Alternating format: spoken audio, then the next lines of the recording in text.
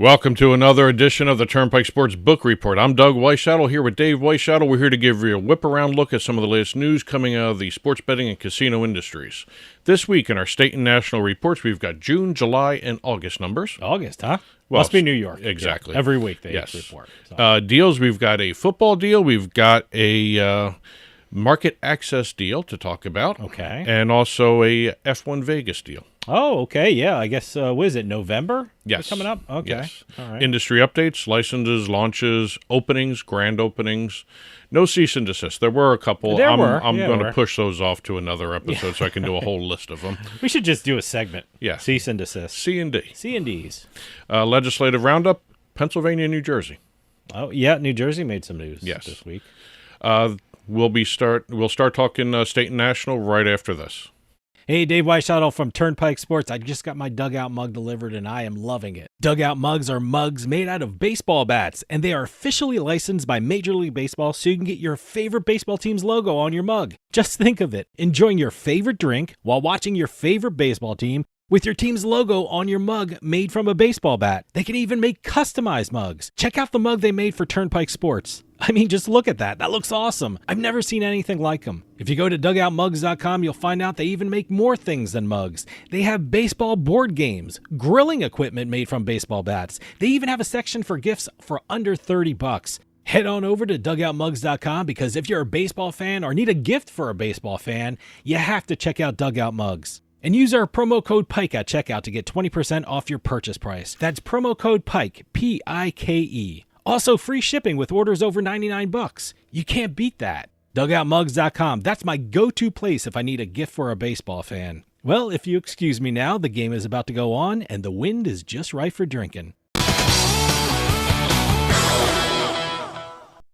Welcome back to the Turnpike Sports Book Report. Doug Weischadle here with Dave Weischadle. We're here in our state and national reports, and we've got a couple of months' worth of reports to talk about from a couple different states.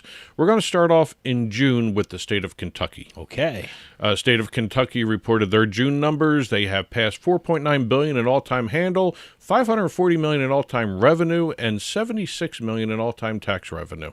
Great. DraftKings and Fanduel, big two, accounted for nearly 70% of the total handle in the state. So which one's the big one in that state? Is it DraftKings? DraftKings. Okay. All right. And it seems like you can break down states and which one's number one and number two. You know, New York, it's usually been FanDuel lately. So I'm very curious to see how that breaks down. I still think a lot of this... New England is all DraftKings. Yeah. So well, I still think a lot of the hierarchy in the different states depends on how popular which operator was for fantasy sports before sports betting started. I'm sure that helps. Yeah. And online revenue, 98% of the total revenue was reported just from the mobile books. Retail did not put a lot. $323,000 of retail revenue, lowest amount of profits since suffering a $70,000 loss in December of 2024.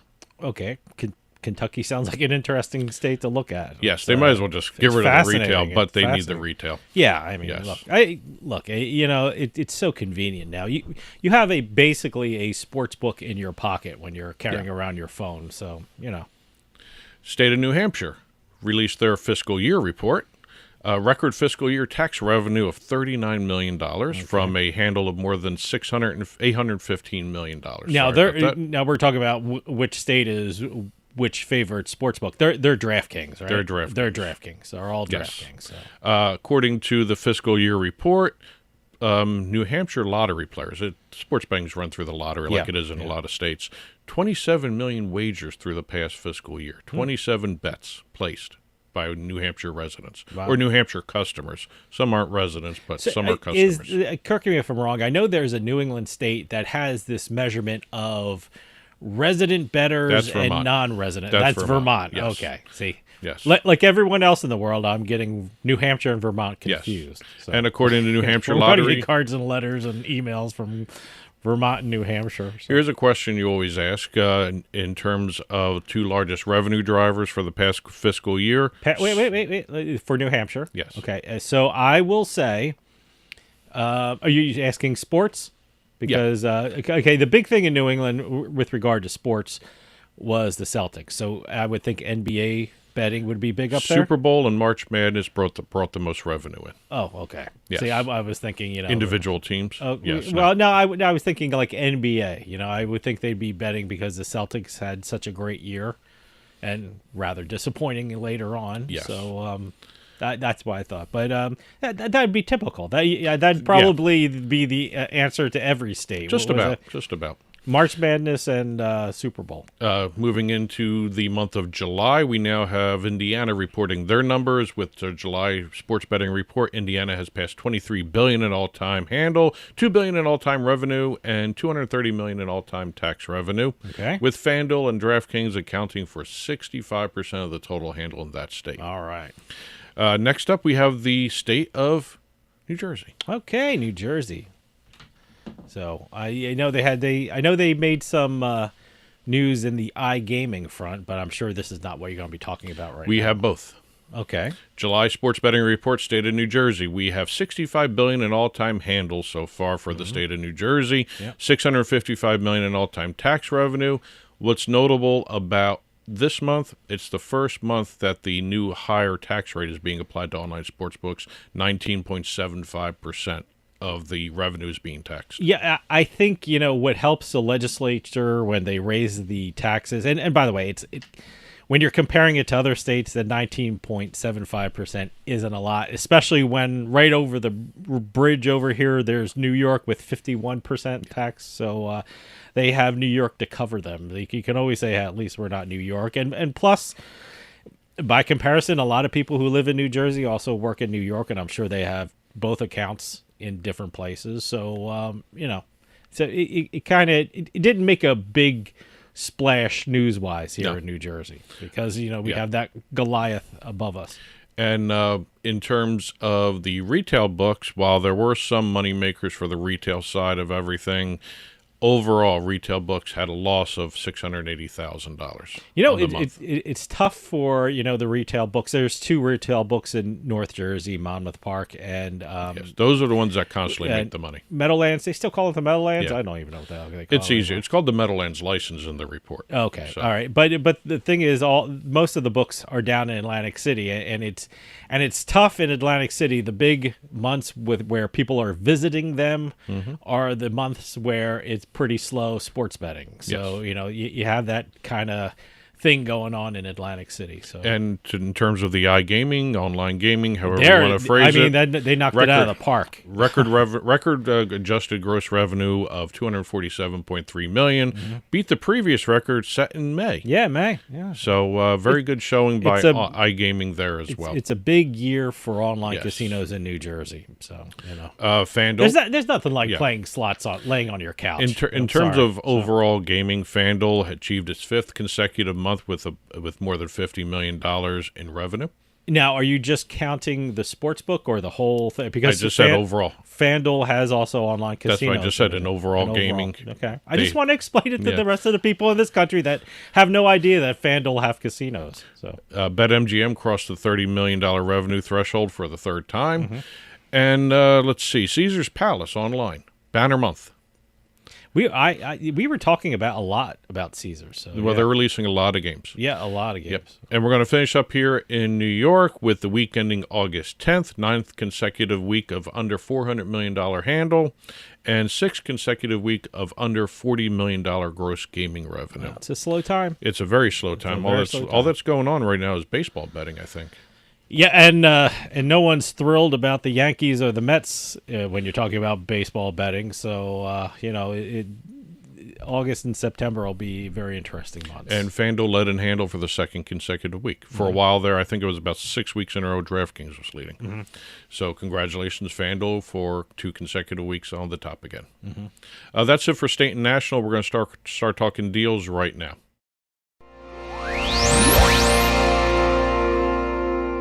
Starting off our deals segment, we're going down to Florida for Hard Rock Bet announcing a deal with the Tampa Bay Buccaneers. Well, that makes sense. I mean, when you're talking about sport, that's what I mean. That makes sense. It's a Hard Rock Bet. So, yeah. So, well, HRB, as you HRB. abbreviate, Hard Rock Bet. I hate it when people abbreviate. I know, I hate people, when you say appetizers, people say app. Well, I think I look at my phone when someone says app now. Especially this time of year, people vacation, they say vacay. I hate that. It's just like, I have to admit, it's like when I'm preparing show notes, like shivers up my back when people do that. When I'm preparing, I'm traveling with the fam. But when I'm preparing show notes, HRB is a lot easier to write than Hard Rock Bet. But Hard Rock Bet is now the official sportsbook of the Tampa Bay Buccaneers. Yeah. You're going to have exclusive marketing and activation opportunities. As a matter of fact, you're going to be seeing the Hard Rock brand on digital signs inside Raymond James Stadium. Mm-hmm. They're going to have brand placements on the social media channels for the Buccaneers. They're going to have money can't buy experiences for customers of Hard Rock Bet with the Tampa Bay Buccaneers. Okay. Oh, that's the name of it. Money can't buy. Well, that's how they refer to it. That's the marketing quotes. speak. I'm doing air quotes now. Well, that's what it was in the press release. Money can't buy. All right. And also they're going to have activation events on Bucks Beach, which is the other end zone where opposite the pirate ship. Yeah. So they have a beach over there. It's a good time. Buccaneers, yes. I think are going to have a pretty good year this year. And you're going to have Hard Rock Bet kiosks all throughout the stadium. Oh, okay. See, I understand kiosks there. So I maybe even not so much because you still have your phone, but I get the kiosks in stadiums like that. I can tell you one reason for kiosks in casinos, unless you're very far away from the actual sports book. Two reasons for the kiosks in the casinos. Number one, you don't want to go to the teller. Number two, you're walking right by, you hit it. You also got your phone too. I mean, who doesn't have a phone nowadays? A lot of casinos don't let you take your phone out still. Mm-hmm. And then you also really? Yeah. Okay. All right. Well, they think you're photographing. Oh. The other thing is in a stadium, you may not have signal. Sure. I get it. No, that's why I say I understand kiosks in a stadium. So. Moving over. I'm so anti-kiosk. Well, I'm not anti-kiosk. I just don't get... I wouldn't put a lot of money into them if I was a business because it's kind of like, It's big business. I guess it is, yeah. But it's just... I've used one once just to say I tried it. So, but I don't know. I guess they have a place in this industry. Well, moving over to the state of Missouri. See, now I'm going to get hate letters from Vermont, New Hampshire, and kiosk manufacturers. So I'm just making friends everywhere. Well, moving over to the state of Missouri, we've got Fanduel. After being denied their untethered license, they went out and got a deal with Major League Soccer team St. Louis FC. Okay, good. That gives them market access in the state of Missouri for the launch on December 1st. Look, Fanduel's going to be in Missouri. They already were, to be honest. They already had a deal with, they're going to what was it? Let's see. They had an access deal with Boyd Gaming on one of the properties there, but they went ahead and did another deal with Major League Soccer. I'm assuming, since no details were released, this has something to do with the stadium where they play, where we're going to start seeing Fanduel branding and kiosks like we just talked about with Hard Rock Bet and the Bucks. That's like, whenever a sportsbook makes a deal with a team, that's kind of implied. You're going to see it all over the stadium. What's also interesting to note, the untethered license was $500,000. The tethered license was only $250,000, so maybe it was a cost-saving maneuver by Fanduel. I don't know. Who knows? Anyway, moving out to Nevada, we've got the Las Vegas Convention and Visitors Authority approving a $20 million race sponsorship agreement extending through at least 2027 with the F1 Las Vegas Grand Prix. Well, sure. That makes sense. Well, the current deal ends right after this next race, and they have increased it from $6.5 million a year to $10 million a year. There's going to be increased marketing, increased sponsorship events that are going to be taking place by the CVA. I think this is a great deal. I think it's a necessary deal if everyone has seen the numbers about people visiting Vegas. I think that's something... It's important that they have to do this and really get the marketing arm into gear. It will be interesting to see what happens because the F1 crowd is a bit different than the normal crowd that goes to Vegas. And also they're talking about continuing construction for the track. They're going to be hiring more workers to shorten the time to do the construction of the track. It's evolving as it goes along. When is it? Late November kind of thing? It's late, mid to late November. It's like Thanksgiving. Late November, early December. I don't even know when it's in. It's not in December. It's not in December. Not in December. So I know. I think Thanksgiving's late this year. So I don't know. The one other thing to keep an eye on for the F1 Vegas, If it follows F1 Florida, F1 Miami, whatever they call it, second year was a record year for F1 Miami, which it was for F1 Vegas. Third year tapered off a little bit, but it still was a big number. It was right there with the second year. So let's see if the third year matches the second year. I am fascinated with the F1 and especially who they bring into the city, because seeing these numbers that are coming out of Las Vegas, I mean, less visitors. What is it? Harry Reid said there's 10% less international visitors coming through the airport, and hotels are down 6.5%. And so I'm curious to see what the F1 brings to Las Vegas this year. I mean, I like I said, just curious. It's in the news a lot lately. If you look at social media, people are saying one thing and the other thing. They're trying to figure out why people aren't coming to Vegas. Certainly the prices have something to do with it. I mean, it's getting a little expensive in Vegas. That used to be a fun, cheap vacation, and now it's not. So. Well, now even the highway department's reporting less traffic into Vegas, too. Yeah, well. So everything's being affected. Yeah. That's it for the deals. We're going to start talking industry updates right after this.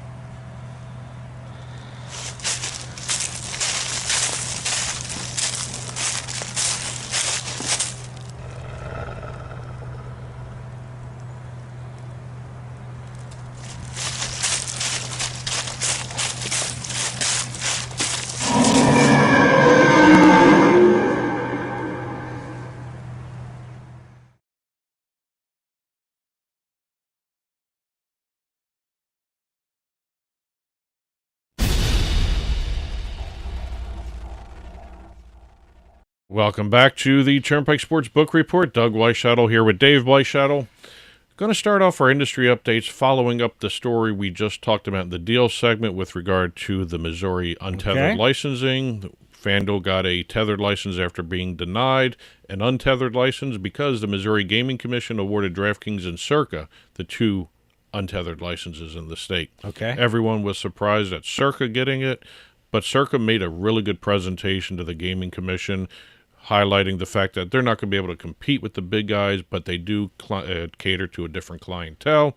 And if you look at the numbers, the clientele Circa Sports brings in for their sports book, a lot more money comes in because they allow the sharp bettors. They're the sharps. That's the sports bettors sports book. Yes, for that's Circa. So they're even if you don't bet with them, it's always interesting to see the numbers and see the they do have a higher amount of money. That's circulating. That they're a great source of information if you're a recreational bettor watching the trends at Circa. So they're a great book.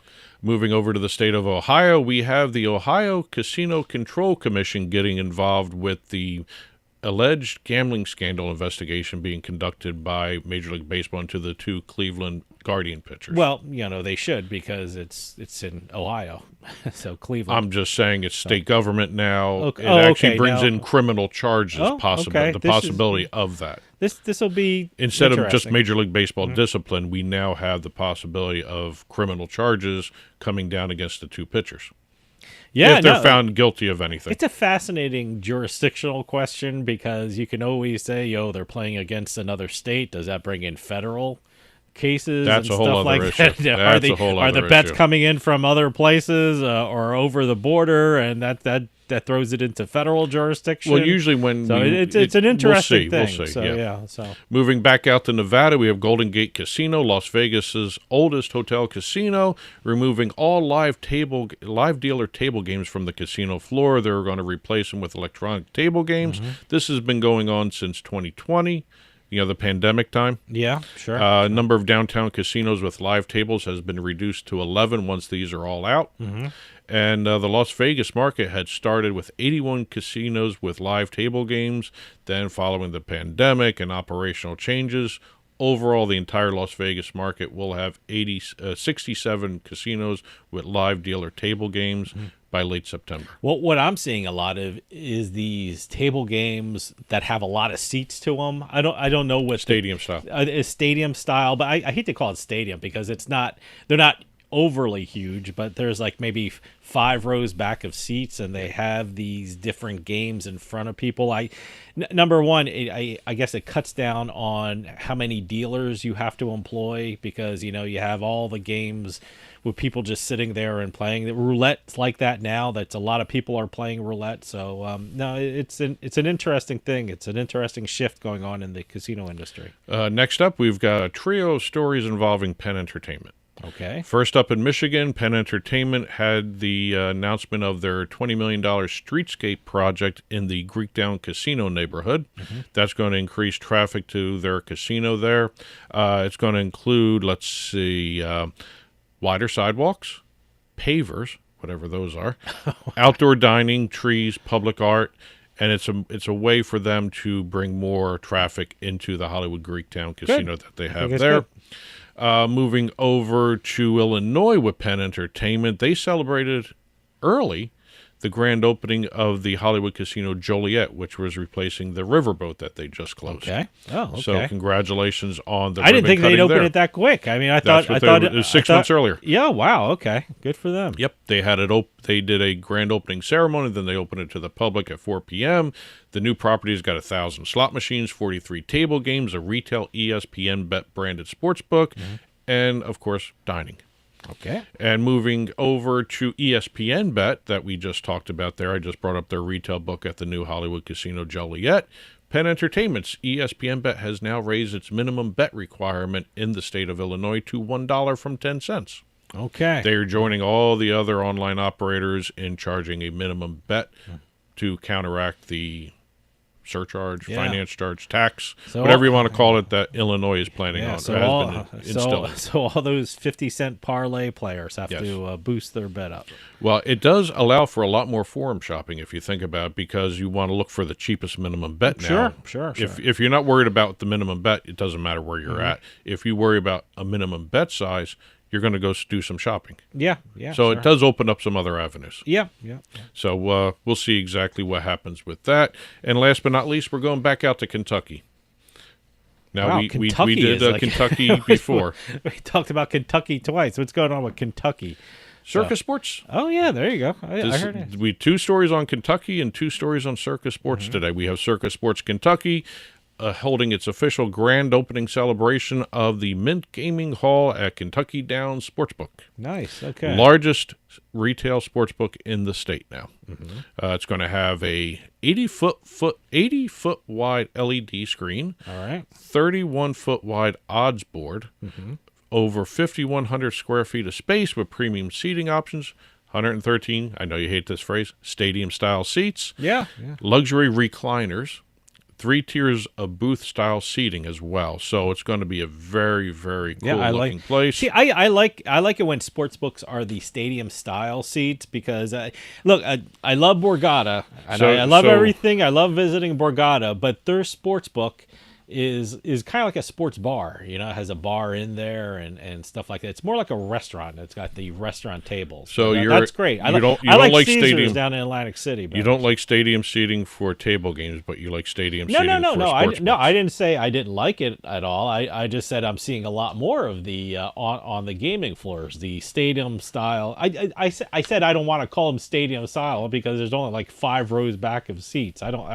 Stadium style. You need another way to describe that. It's not like a stadium kind of thing. But no, I don't mind them on the table games, but I like them when they're in the sports book.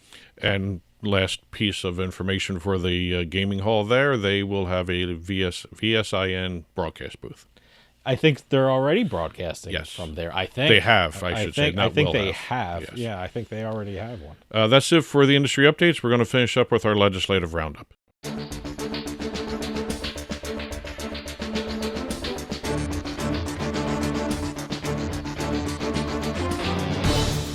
Starting off our legislative roundup, we're heading over to the Commonwealth of Pennsylvania, where a pair of bills affecting the gaming industry, one has become law, one is still moving through the Senate and the House.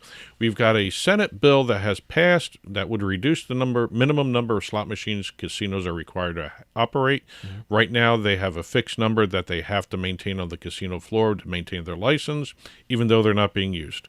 Getting rid of the minimum requirement or lowering the minimum requirement allows for additional space and, different ways they can use it. Okay. All right. So that's a good flexibility option for the casinos. Yeah, I like that. That's good. And State Governor Josh Shapiro has signed Shapiro.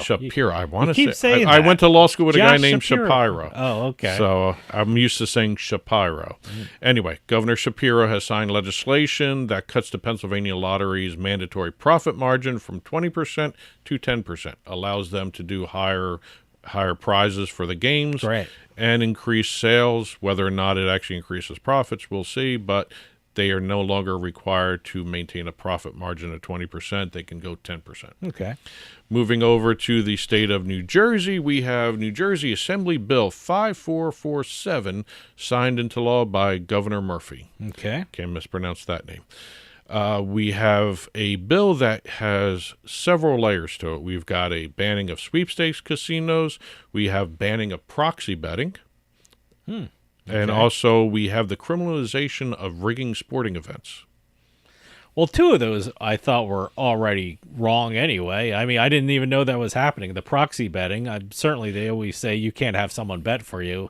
And what was the last one? It was rigging sporting events. Yeah, that's illegal anyway, so I'm not they sure. They basically expanded it to, They expanded the definition of what they call rigging, making a crime to bribe and accept bribes in connection with fixing games and performances.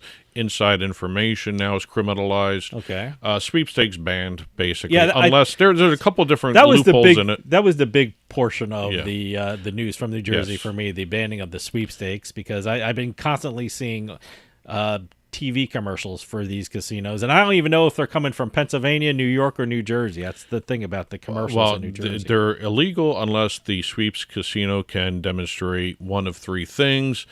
Let's see. Let's see. Let me get it right here. It's can show there's a way people can play at no cost. Mm-hmm. Any monetary entry fee is tied to the purchase of food, non-alcoholic drinks, or non-coin merchandise. Okay. And there is odds of winning a prize would have to be identical for the free and paid entries as well. Okay. So basically, don't set it up so that if you pay, you get better odds. Yeah. And the proxy betting, it's now explicitly illegal in the state. It was never actually I really thought mentioned. it was illegal in the state. It is, but it's never been explicitly. Okay. Now it's really illegal. Yes. And according to the definition, here's their definition. Now, explicitly illegal where someone bets $1,000 or more while agreeing to pay someone else 10% or more of the proceeds, and anyone caught doing that could be found guilty of a disorderly persons offense. By the way, that's why New Jersey doesn't have these big contests like they have in Vegas. At some point, they're going to probably have to consider you have to change the law now. Yeah. Well, that's it for this week's Turnpike Sports Book Report. As always, if you're watching on TV, there's a ticker flying by below us with additional domestic and international gaming stories, conference announcements, entertainment announcements. And when this show is released Monday mornings, there is a full print version of the book report on our blog, turnpikesports.us. Click on the blog button. You'll be taken to the full print version there. You'll have stories we talked about, stories in the ticker, and stories we didn't have a chance to talk about anywhere else in this half hour each and every week. Press releases, announcements, conferences, info at turnpikesportsradio.com. And that'll do it for us this week. We'll see you next time on the Turnpike.